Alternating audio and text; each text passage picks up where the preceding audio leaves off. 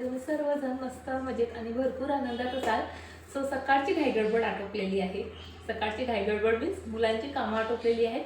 मुलं शाळेत गेलेत आणि आत्ता मला बनवायचं आहे माझ्यासाठी ब्रेकफास्ट. सो आज ब्रेकफास्टमध्ये आहेत कटलेट, कारण मुलांच्या शॉर्ट टिफिनसाठी आज कटलेट बनवले. पिहूचं बऱ्याच दिवसांची कंप्लेंट होती, मम्मा तू म्हणजे काही वेगळं देतोच नाही. माझे मित्र असं आणतात, माझे मित्र तसे आणतात. बघा, मी म्हणजे इडली, अप्पे म्हणा, पोहे, उपमा, फोडणीच्या शेवड्या किंवा मग कधीतरी उसळ किंवा आपली कडधान्याची स्प्राउटची उसळ वगैरे असं देत असते बरं का. पण त्याला काहीतरी वेगळं हवं असतं. आणि म्हणजे काही नाही, फक्त कंपॅरिझन. कोणाच्या टिफिनमध्ये काही दिसलं की ते आम्हाला पाहिजे असतं. मी त्याला कितीदा समजावून सांगते, अरे बाळा तू घरातनं 7ला निघतो आणि म्हणजे तरी मी प्रयत्न करते, लवकर उठते, पटपटपट सर्व आटोपते. आणि माझं कसं असतं, मला स्वयंपाक टिफिन सर्व आटवून त्यांनाही जवळपास 10-15 मिनटं देता आली पाहिजे, असं जे आहे माझं वेळेचं नियोजन असतं. कारण माझी मुलं 7ला घरातनं निघालीत ना, 4-4:15ला घरात येतात. आणि मग हा जो मधातला इतका असा लॉंग टाईम असतो ना, मी त्यावेळेस त्यांना खूप मिस करते. आणि मग मला ना सतत माझं मन खातं की सकाळी किती घाई घेत, म्हणजे होते कधीतरी घाईगडबड, किती घाई घेत आपण मुलांना पाठवलं, म्हणजे चांगलं बोललोही नाही त्यांच्यासोबत, कारण लेट झालं की ऑब्व्हियसली चिडचिड होते.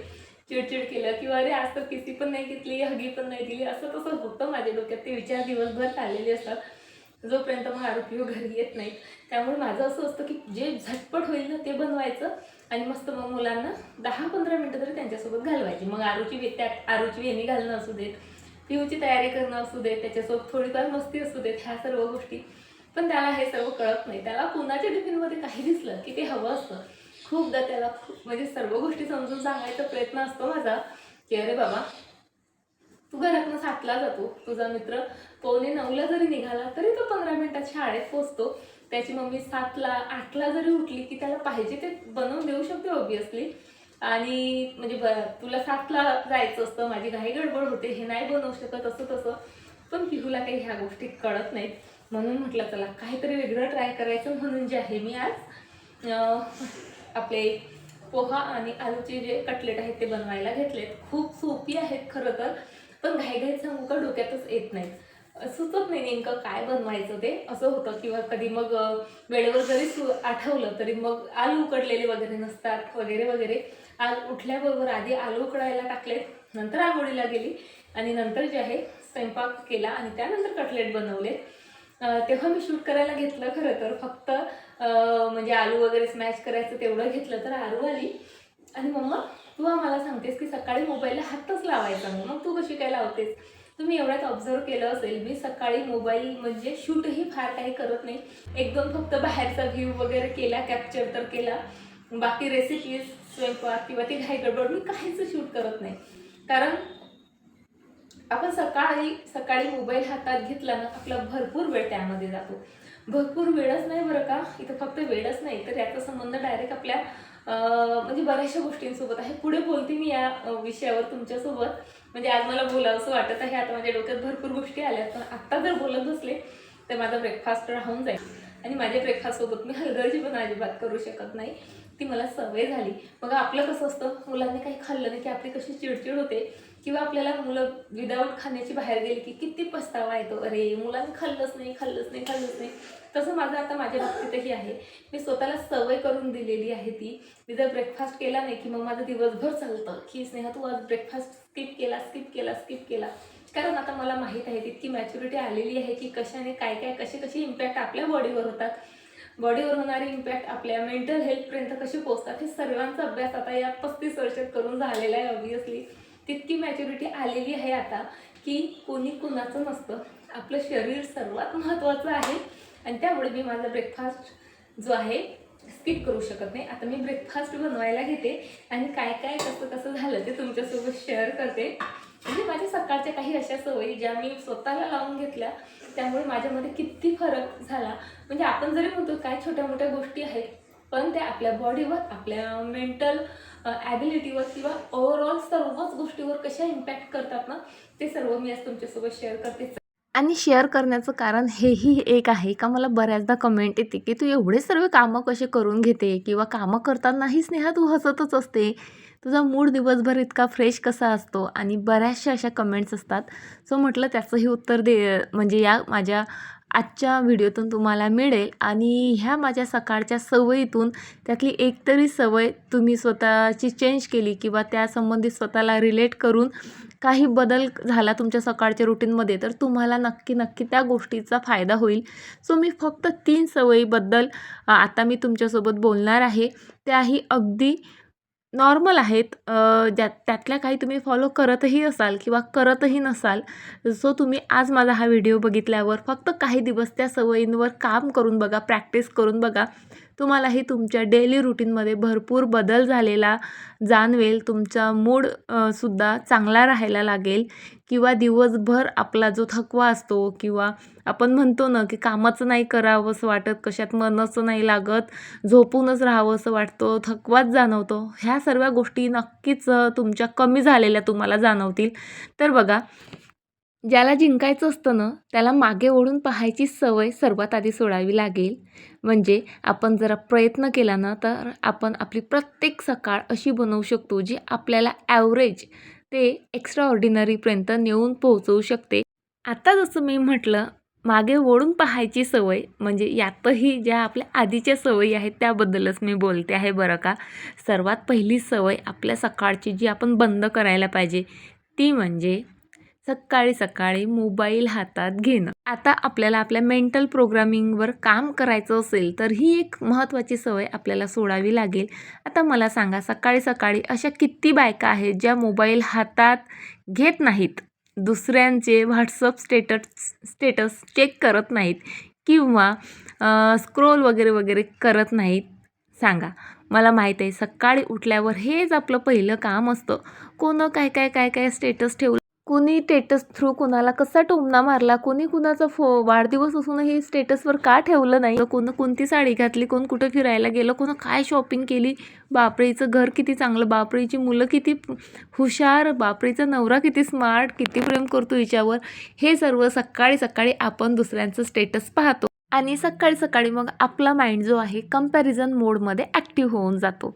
मग दिवसभर तुम्ही कोणतंही काम करा, व्यायाम करा, अभ्यास करा, घरातील कामं करा, क्लिनिंग करा, साफसफाई करा, बाहेर फिरायला जा, दिवसभर आपल्या माइंडमध्ये तेच ते विचार चाललेले असतात. कारण सकाळी आपल्या माइंडला आपण जी इन्फॉर्मेशन द्यायला पाहिजे ती न देता आपण ही सर्व एक्स्ट्राची विनाकारणची जी नको असलेली माहिती आपल्या डोक्यात साठवतो ना, त्या सर्व माहितीवर आपला दिमाग जो आहे दिवसभर काम करत असतो. तुम्हाला माहीत आहे का, सकाळी उठल्यानंतरचा जो 1-1.5 तास असतो ना तो आपल्या माइंडची एक प्रोग्रॅमिंग विंडो आहे असं म्हटलं तरी चालेल. सर्वात महत्त्वाचा टाईम असतो तो आपल्या माइंडसाठी, आपल्या बॉडीसाठी. यावेळेस आपला दिमाग इतका शांत असतो, ॲब्झॉर्बंट असतो आणि सर्वात जास्त इन्फ्लुएन्सर मोडमध्ये असतो. म्हणून यावेळेस तुम्ही दिमागाला जशी माहिती पुरवाल, जसं तुम्ही ऑब्झर्व कराल किंवा ज्या काही गोष्टी पाहाल त्यानुसार आपला दिमाग जो आहे इन्फ्लुएन्स होतो आणि मग तसंच जे आहे आपल्या दिवसभर म्हणा आपल्या डोक्यात आणि त्याच गोष्टी मग आपल्या वागणुकीत आणि मग आपल्या पूर्ण दिवसभराच्या रुटीनमध्ये आपल्याला दिसून येतात. म्हणून म्हणते, तुम्ही सकाळी ज्या गोष्टी पाहाल ना त्याच गोष्टी तुमच्या ॲक्शन, इमोशन्स आणि डिसिजनला दिशा देत असतात. त्यामुळे आता तुम्ही विचार करा, सकाळचे ते 10-15 मिनिटाचाही मोबाईल पाहणं तुमच्यासाठी किती जास्त धोकादायक ठरू शकतं. आणि म्हणूनच माझी ही सकाळची मोबाईल पाहायची सवय जी आहे ती सर्वात आधी बंद केली. मी फक्त म्हणजे आधी शूट करायलाच मोबाईल हातात घ्यायची, पण शूट करताना देखील बऱ्याचदा कधीतरी कुणाचं नोटिफिकेशन येतं किंवा मग व्हॉट्सअप ओपन होतं आणि ह्या गोष्टी म्हणजे डोळ्यांनी दिसतातच. कितीही टाळायचा प्रयत्न केला म्हणून जे आहे मी आता मोबाईल हातात घेणंच बंद केलं. मला जे काही शूटही करायचं ना ते मी 8 नंतरच करते, माझी बरीचशी कामं आटोपल्यानंतर. त्यानंतर बघा, सकाळी आपल्या बॉडीचा जो एनर्जी स्विच असतो तो आपण ॲक्टिवेट करायचा असतो.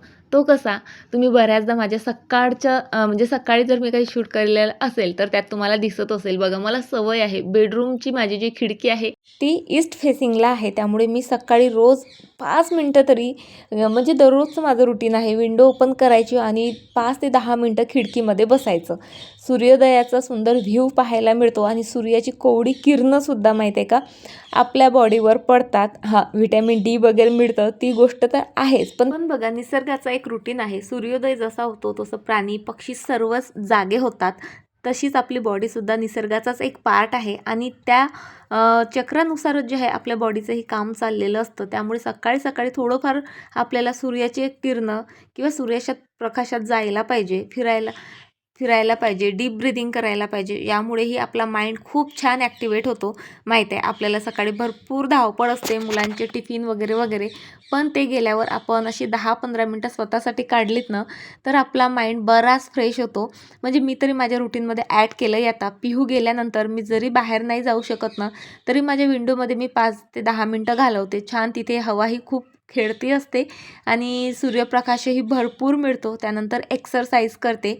ह्या 3 गोष्टी एकतर म्हणजे आपली ऑक्सिजन लेवल वाढवतात, सोबतच त्यामुळे काय होतं आपला मूड दिवसभर चांगला राहतो. आपली ऑक्सिजन लेवल वाढते, त्यासोबत माइंड सायलेंट होतो आणि चांगला राहतो. शरीरासोबत माइंड पण क्रिएटिव्ह पण होतो, माइंड सायलेंट होतो आणि मग तुम्ही ॲक्टिव्ह असाल जो आहे मस्त दिवसभर क्रिएटिव्ह राहाल. आणि म्हणजे तुम्ही नेहमी मला कमेंट करता ताई तू इतकं कसं सुचतं तुला, काय काय कशी कशी करते.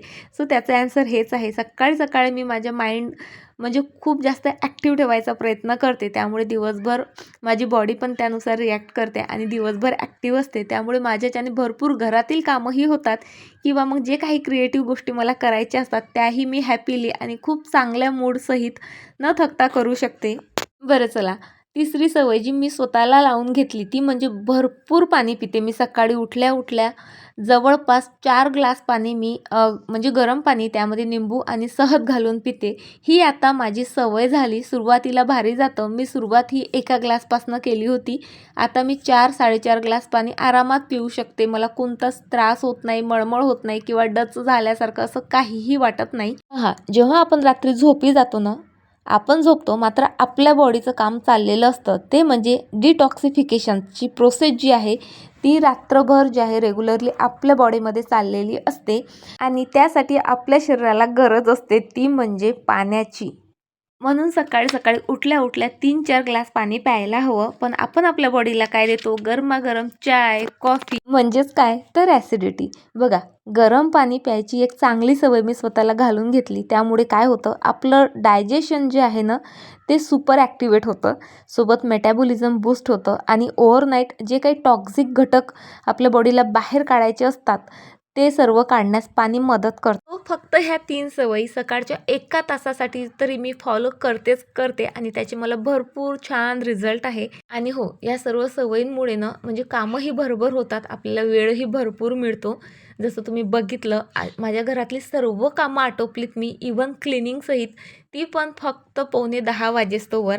आणि आता मी व्हिडिओ एडिटिंग करायला घेतला तर आरोहीच्या टीचरचा फोन आला की आरोही रडत आहे, तिचं जे बोट आहे ते भरपूर पेन करत आहे. स्कूलमध्ये काय झालं, आरोही म्हणजे असं चालता चालता चुकून तिच्या मैत्रिणीचा हात लागला, तिच्या बोटाला टच झाला आणि तिला भरपूर पेन होत होतं.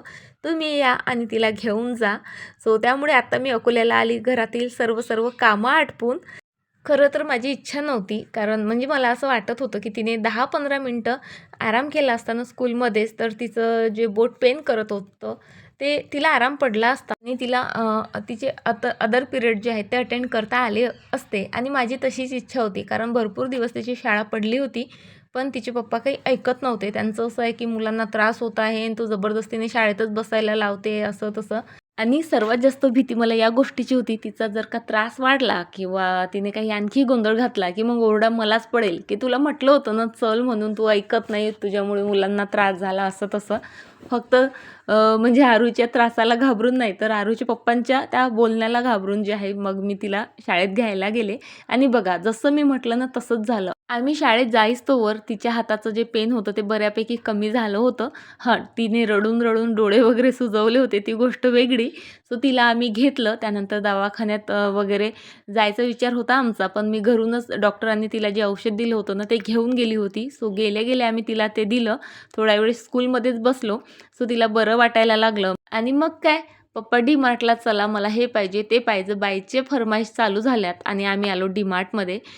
तिने बऱ्याच गोष्टी घेतल्या ज्या अजिबात गरजेच्या नव्हत्या, पण मी हे हनी घेतलं फक्त, कारण मला रोज सकाळी सकाळी गरम पाण्यात हनी आणि निंबू पिळून प्यायची सवय आहे. सो त्यामुळे आणि त्यानंतर बऱ्याचशा गोष्टी होत्या अशा की हे घेऊ का ते घेऊ असं होतंच बघा डीमार्टमध्ये गेल्यावर.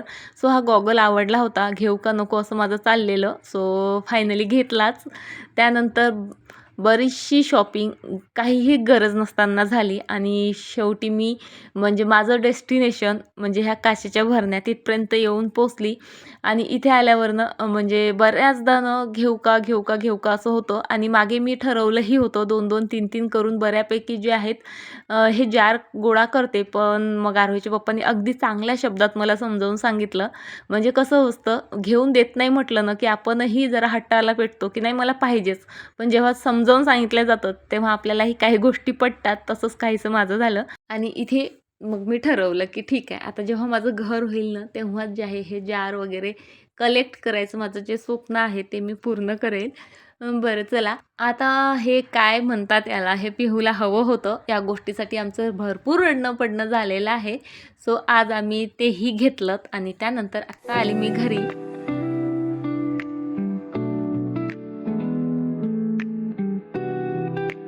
नाही, नाही म्हणता, म्हणता आमचा बराच वेळ मार्केटमध्ये गेला आणि नको असलेल्या भरपूर गोष्टी आणि असलेलीही भरपूर ग्रॉसरी जी आहे आम्ही घेऊन आलोत.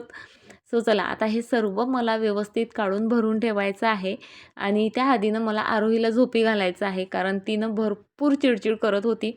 म्हणजे तिला म्हणजे माझं होतं की चला घरी चला राहू देत ह्या सर्व गोष्टी काहीच इम्पॉर्टंट नाही पण तिलाच फिरायचं होतं आणि आता तिची भरपूर चिडचिड चाललेली होती. म्हणून म्हटलं आधी ह्या सर्व गोष्टी आवरून ठेवते आणि नंतर तिला झोपू घालते. हे नंतर आवरता आलं असतं पण माहिती आहे का एकदा का आपण जरा आराम करतो म्हटलं ना की मग कंटाळाच येतो. एकदा बसले की बसावंसंच वाटतं.